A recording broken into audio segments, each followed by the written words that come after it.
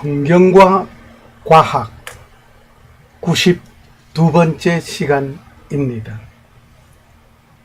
성경에 기록된 숫자들의 그 비밀을 오늘 생각해 보고자 합니다.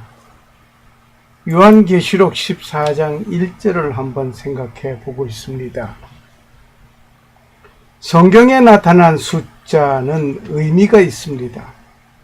성경에는 두 종류의 숫자들이 있습니다.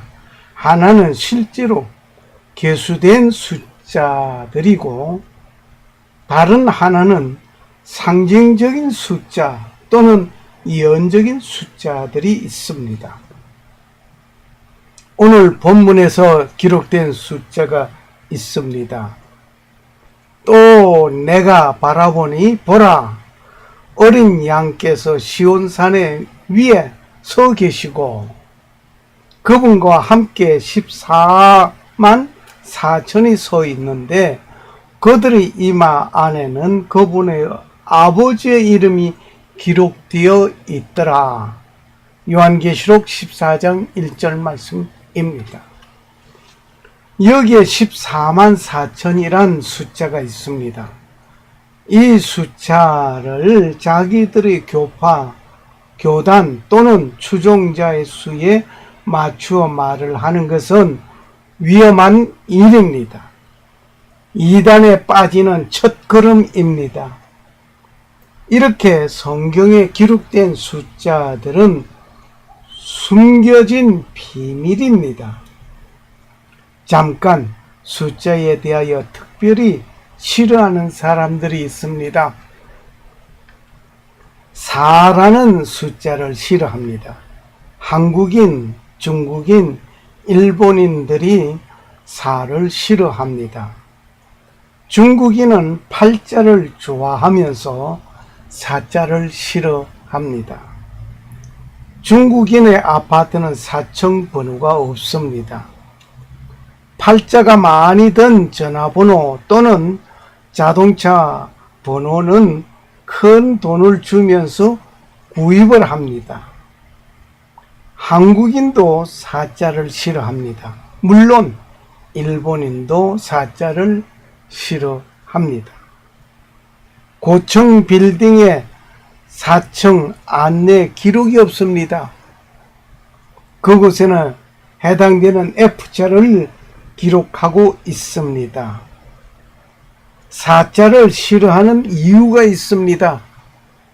왜 4자를 싫어할까? 4자는 넉사자의 발음이 죽을 사자 발음과 같기 때문이라고 합니다. 동양권에서 한문을 사용하는 사람들이 싫어하는 것입니다. 그 결과 호텔, 병원, 아파트에는 4층, 사무실 등이 기록이 없습니다. 그런데 서양에서는 4자를 불길한 숫자로 보지 않습니다. 반면에 서양에서는 13의 금요일을 싫어합니다. 13일의 금요일은 프리가드리스키 데카포비아입니다. 프리가드리스키 데카포비아. 이 말은 프리가라는 말과 드리스키 데카포비아의 말의 합성입니다. 이 프리가라는 말은 북유럽 신화에 속하는 여신 이름입니다. 금요일, 프라이데이의 말의 어원이기도 합니다. 반면에 프리가드리스키 데카포비아라는 말은 숫자 13 공포증을 말하고 있습니다. 미국인의 2천만 명이 13일의 금요일을 싫어하고 있습니다. 상당한 사람들이 13일 되는 금요일을 싫어합니다. 독일의 독재자 히틀러도 싫어하였다고 합니다. 13일이 금요일 되는 것은 1년에 한 번 내지 3번이 있습니다. 많은 사람들이 이날에는 외식도 삼가하고 결혼식을 하지 아니합니다. 이사하는 일이든지 여행도 하지 아니합니다. 이렇게 우리의 삶 속에 민감한 숫자가 있었습니다. 아니, 지금 현재 진행형입니다. 성경에 상징적인 숫자들이 있습니다. 성경의 상징적인 숫자, 성경에 기록된 모든 숫자들은 다 말씀을 드릴 수 없습니다. 하지만 오늘 허락되는 몇 가지만 열거하려고 합니다. 성경을 기록한 히브리어, 헬라어의 알파벳 그 자체가 고유한 수치값을 가지고 있습니다. 창세기 1장 1절에 나타난 숫자들이 놀라운 의미가 있습니다. 하지만 오늘은 이 부분은 다루지 아니하겠습니다. 아무튼 성경 속에 나타난 숫자에는 의미심장하게 숨겨져 있는 비밀들이 있습니다. 그 비밀의 부분들을 보면서 우리의 신앙생활에 접목해 보고자 합니다.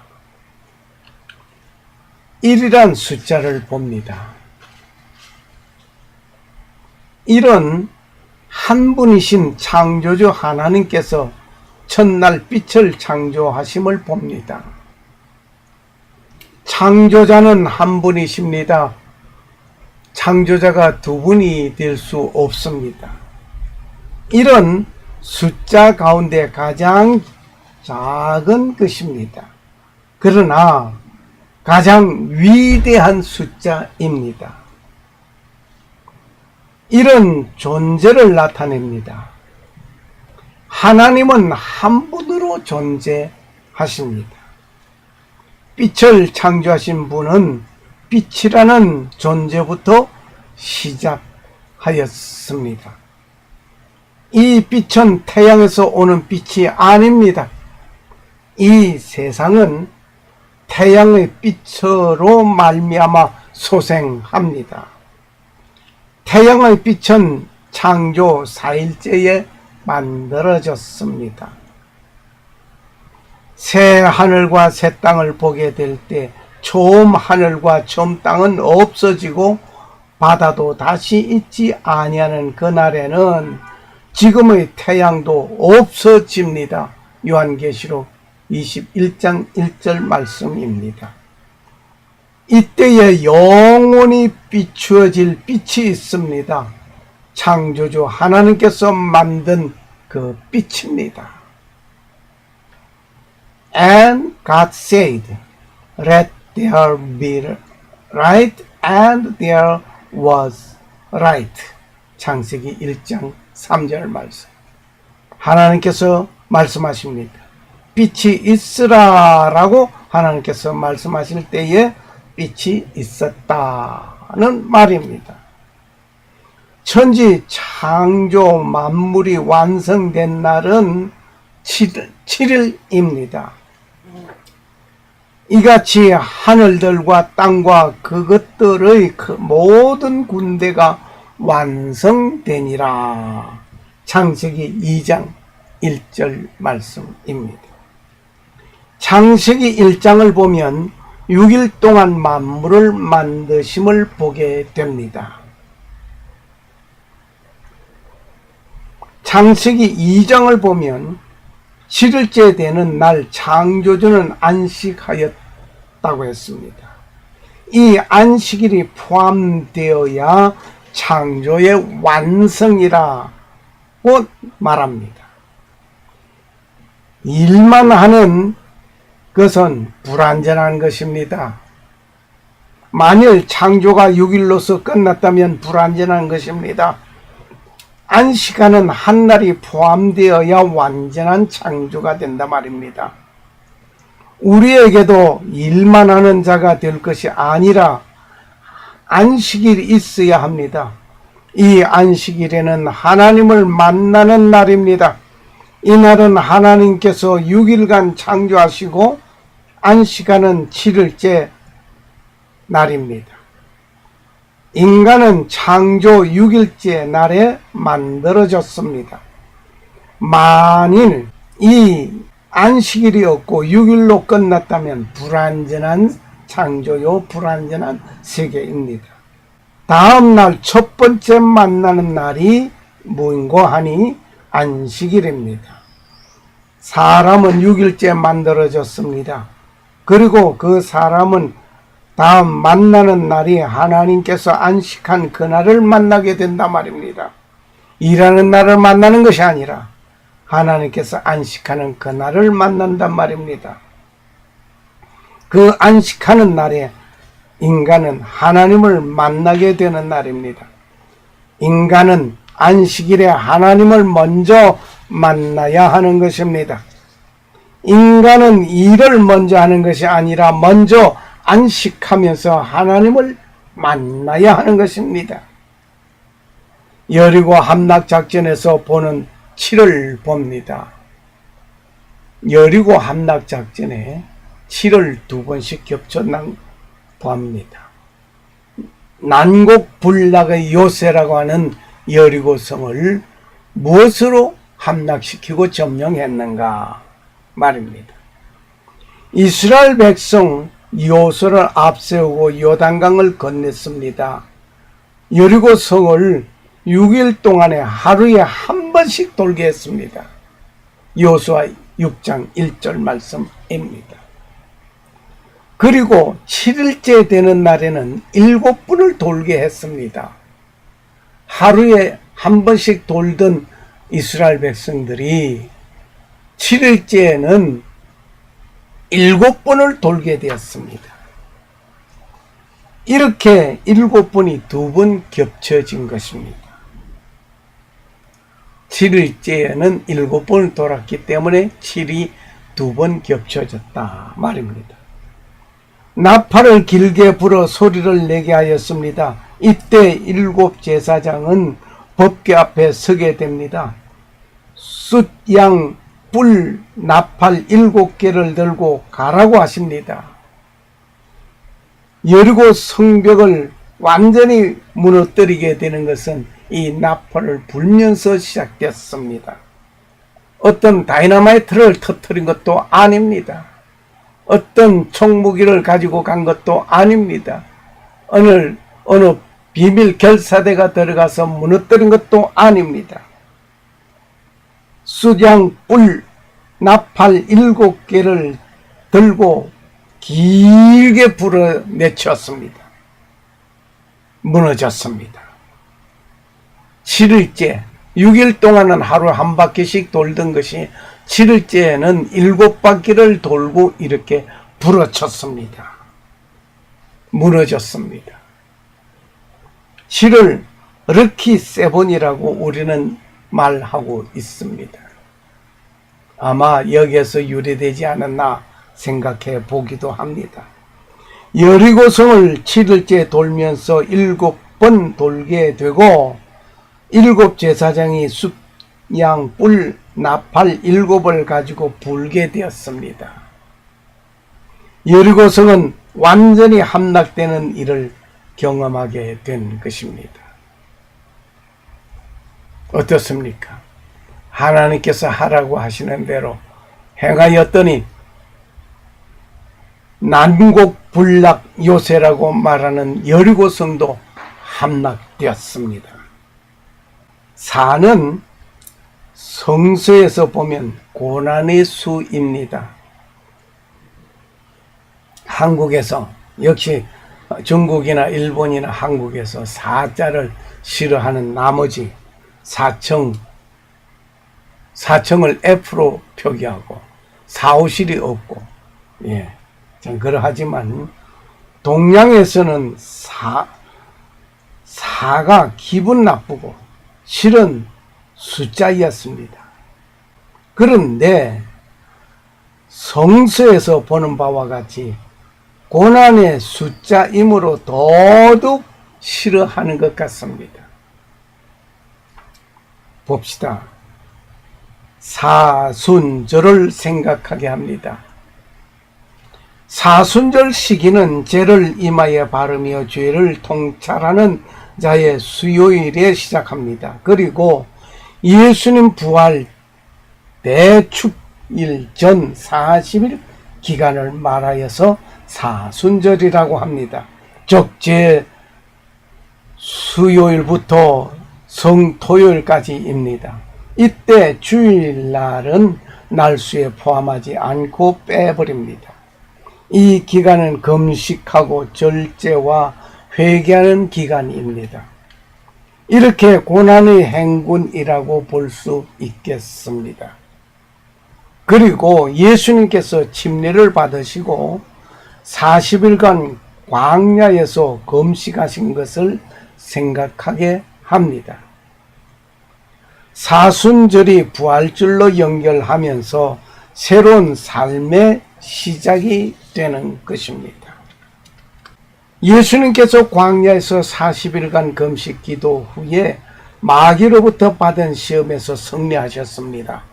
승리하신 예수님은 새로운 삶이 시작되었습니다. 성도들은 고난을 통하여 새로운 삶으로 연결되어집니다.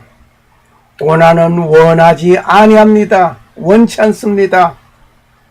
그러나 고난은 새로운 삶으로 연결되어집니다. 고난을 통하여 새로운 삶으로 연결되는 것입니다. 때로는 그 고난이 유익이 됩니다. 고난을 통하여 놀라운 것을 간직하고 얻고 주의 영광을 나타내는 귀한 인물들이 많이 있습니다. 인생의 삶에는 항상 행복하고 좋은 일들만 계속된다면 좋겠습니다. 만일 그렇게 된다면 진정한 행복과 좋은 일들이 무엇인지 알 수 없습니다. 불행과 고통과 역경과 슬픔을 맞이할 때에 좋은 일, 행복의 맛을 알게 되는 것입니다. 이렇게 시련과 고난이 끝나면 새로운 삶이 시작되는 것입니다. 성경에 8이란 숫자가 있습니다. 성경에 8이란 숫자가 있는데 너희 가운데 사내 아이는 다 할례를 받을지니 이것은 나의 너희와 내 뒤를 이을 내 시 사이의 언약 곧 너희가 지킬 내 언약이니라. 창세기 17장 10절에 말씀이 있습니다. 하나님께서 아브라함에게 지킬 언약을 말씀하셨습니다. 그것은 할례를 행하라고 하셨습니다. 할례는 생후 8일이 되는 날에 행합니다.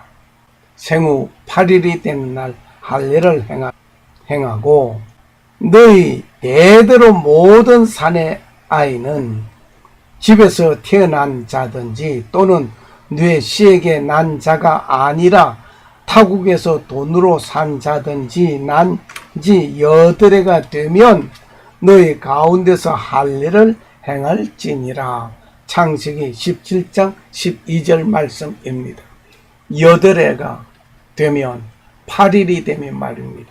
생후 8일이 될 때 할례를 행하라 이 말입니다. 출생한 남자아이는 출생 8일째 할례를 행할 것이라고 했습니다. 할례는 하나님의 계약의 표시입니다. 할례의 기원은 아브라함에게서부터 시작되었습니다. 8이라고 하는 숫자는 성스러운 의미로 사용되었습니다.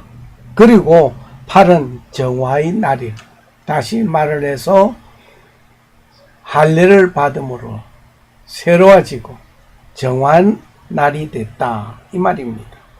할례란 말은 끊어버린다는 말의 뜻의 의원입니다. 그 의원이 끊어버린다. 할례라의 말인 끊어버린다의 뜻에서 된 것입니다. 이 할례는 남자의 경우 포경 수술을 하는 것을 말을 하고 있습니다. 하나님께서 할례는 생후 8일에 행하라고 하셨습니다. 생후 8일에 8일째 되는 날 할례를 행하라고 하였는데, 이때는 의학적으로 보면 혈액의 응고인자가 가장 많이 나오는 날이라고 합니다. 하나님께서는 이러한 의학적인 면까지 고려하신 것입니다. 그래서 의술의 발달 역시 하나님께로부터 나온 것이라고 봄이 좋겠습니다. 할례는 영원한 언약의 상징입니다. 세상에 태어난 자는 곧바로 영원한 언약의 삶으로 시작해야 하는 것입니다. 할례는 영원한 언약의 상징이므로 영원한 언약을 우리는 간직하고 살아가는 우리의 삶이 하나님 말씀 위에 있음을 우리는 기억해야 하겠습니다. 성서에 6이란 숫자가 있습니다. 6이란 숫자가 성서에 있는데, 하나님은 6일간 천지 만물을 창조하셨습니다. 이 6일간의 창조는 완전한 창조가 아닙니다. 왜냐하면 안식이 더하여져야 하기 때문입니다. 그러므로 창조 6일은 불완전한 것입니다. 하나님께서 6일간 창조했다 라고 말을 하는데, 만물을 만들기는 6일간 만들었지만 7일째 안식도 하나님의 창조의 일수에 넣어야 하는 것입니다. 인간은 창조 6일째 날에 만들어졌습니다. 인간은 하나님의 안식에 들어가서 하나님을 만나야 하는 것입니다. 만들어진 인간은 하나님을 만나야 한다 말입니다. 하나님의 그 안식일에 들어가야 한다 말입니다. 우리가 잘 아는 북핵 문제를 위하여 육자 회담이 있었습니다. 그 육자 회담은 성공하지 못하였습니다. 왜냐하면 완전하지 못하기 때문입니다. 이 회담은 2003년 8월 27일에 열리기 시작하였습니다. 참가 나라는 대한민국, 미국, 일본, 러시아, 중국, 북한이었습니다. 그런데 성공하지 못하였습니다. 지금이 2017년입니다. 2017년 아직 8월은 안 되었지만 7월 중반에 있습니다. 얼마의 세월이 흘러봐도 아직 실마리가 풀리기는커녕 또 꼬여지고 말았습니다. 실패했습니다. 6이라는 것은 불완전하기 때문에 불완전으로 끝난 것입니다. 그리고 6이라고 하면 대표적인 숫자가 있습니다. 그 대표적인 숫자는 6입니다. 여기에 지혜가 있으니 지각이 있는 자는 그 짐승의 수를 세어 볼지니라. 그것은 어떤 사람의 수요 그 수는 666이니라. 요한계시록 13장 18절 말씀입니다.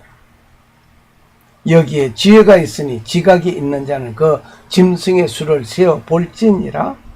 그것은 어떤 사람의 수요 그의 수는 666이라고 했습니다. 공교롭게 성경에 666의 숫자 기록이 두 곳이 있습니다. 하나는 솔로몬의 세입금 중수가 666금 달란트라고 역대하 9장 13절에 기록되어져 있고, 아도니감 자손이 666명이라고 에스라 2장 13절에 기록되어져 있습니다. 왜 여기에 666이라는 숫자를 가진 사건 둘이 있는지, 이것도 짐승의 숫자인지 그거는 아직은 모르겠습니다. 하여간 이런 것이 있습니다. 이 6은 불완전한 수입니다. 결코 완전할 수 없었습니다. 계시록에 나타난 666이란 숫자에는 상징적인 이름을 짐승에게 붙여주신 것입니다. 6은 불완전한 수입니다. 완전한 수가 아닙니다. 6은 불완전한 숫자입니다. 6을 3번 반복한 것이 666입니다. 이것은 강조한 것입니다. 6을 3번 반복한 것은 강조한 것이라 말입니다. 2번도 아니고 3번씩이나 강조. 인간의 정치 제도는 완전히 실패하는 것임을 말하는 것입니다. 인간의 정치 제도는 완전히 실패한다. 이것은 7머리를 가지고 10뿔을 가진 짐승을 나타내는 것이 666입니다. 이 짐승은 모든 부족과 백성 그리고 모든 언어와 나라를 다스리는 세계적인 정치 제도를 상징합니다. 또 그가 성도들과 전쟁하여 그들을 이기는 것을 허락받고 모든 족속과 언어와 민족들을 다스리는 권능을 받음으로 요한계시록 13장 7절의 말씀이 있습니다. 마지막 때에 666 이것은 놀라운 것입니다. 그 정체는 놀랍습니다. 성도들과 전쟁하여서 이기는 것을 허락받은 그들입니다. 모든 족속과 언어와 민족을 다스리는 권능을 받은 자들입니다. 왜 6이 불완전하다고 말을 하는가? 왜 6이 불완전합니까? 불완전한 이유가 있습니다. 7은 완전한 온전함을 상징하고 있습니다. 7은 완전과 온전을 상징하고 있습니다. 7에서 하나가 빠진 6은 하나님의 관점에서 불완전하다입니다. 또는 하나님의 관점에서 결함이 있다는 것을 우리는 하나님의 관점에서 결함이 되지 아니하여야 합니다. 내가 거룩하니 너희도 거룩하라고 하였습니다. 완전하신 하나님 앞에 우리도 완전을 향하여 우리 불완전한 것을 우리는 채우기를, 하나님을 채워 넣으면 완전해질 것을 믿습니다. 소돔과 고모라가 멸망되기 전에 아브라함과의 대화를 살펴보겠습니다. 소돔과 고모라 멸망 전에 아브라함과 주님과의 대화가 어떤 대화가 있었습니까? 아브라함은 그곳에 의로운 자가 50명만 있다면 멸하기를 계속하시겠습니까? 라고 창세기 18장 24절에서 33절의 사건 기록을 보시면 아실 것입니다. 50명 의인만 찾으면 멸망하겠습니까? 그래도 멸망하겠습니까? 그 50명 때문에 멸망하지 말아달라고 하는 아브라함의 강구였습니다. 그런데 주께서 말씀하십니다. 내가 만일 소돔에서 50명을 의로운 자를 찾으면 용서하겠다라고 말씀하십니다. 역시 숫자 역시 50명을 누가 찾는다? 내가 찾으면 이 문제다. 주님께서 내가 50명을 찾으면 내가 멸하지 않겠다 이 말입니다. 아브라함의 숫자에는 50명 의인을 찾으면 하고 말을 하였습니다. 아브라함은 의로운 자 박사가 신명까지 내려갔습니다. 그때에도 주님께서 동일한 대답을 하십니다. 동일한 대답. 뭐라고 대답했습니까? 내가 10명을 인하여 그곳을 멸하지 아니하리라. 내가입니다. 내가 10명을 찾으면. 아브라함 네가 10명을 찾으면 아니라 내가 10명을 찾으면 이겁니다. 소돔과 고모라의 멸망을 막기 위한 아브라함과의 대화이었습니다. 의인을 찾는 기준은 주께서 찾는 기준이었습니다. 의인을 찾는 기준은 주께서 찾는 기준이어야 합니다. 아브라함이 찾는 기준이 아닙니다. 아브라함이 찾는 기준이 아니라 주님께서 의인을 찾는 기준입니다. 오늘 우리는 어떻습니까? 아브라함이 찾는 기준처럼 내가 생각하고 내가 기준을 세우고 내가 어떤 무엇을 하고 내가 하지 않습니까? 나의 기준을 버리십시오. 하나님은 말씀하십니다. 너희 기준을 버려라. 하나님의 기준과 그분의 관점에 맞추어진 인물이 되어져야 될 것입니다. 감사합니다.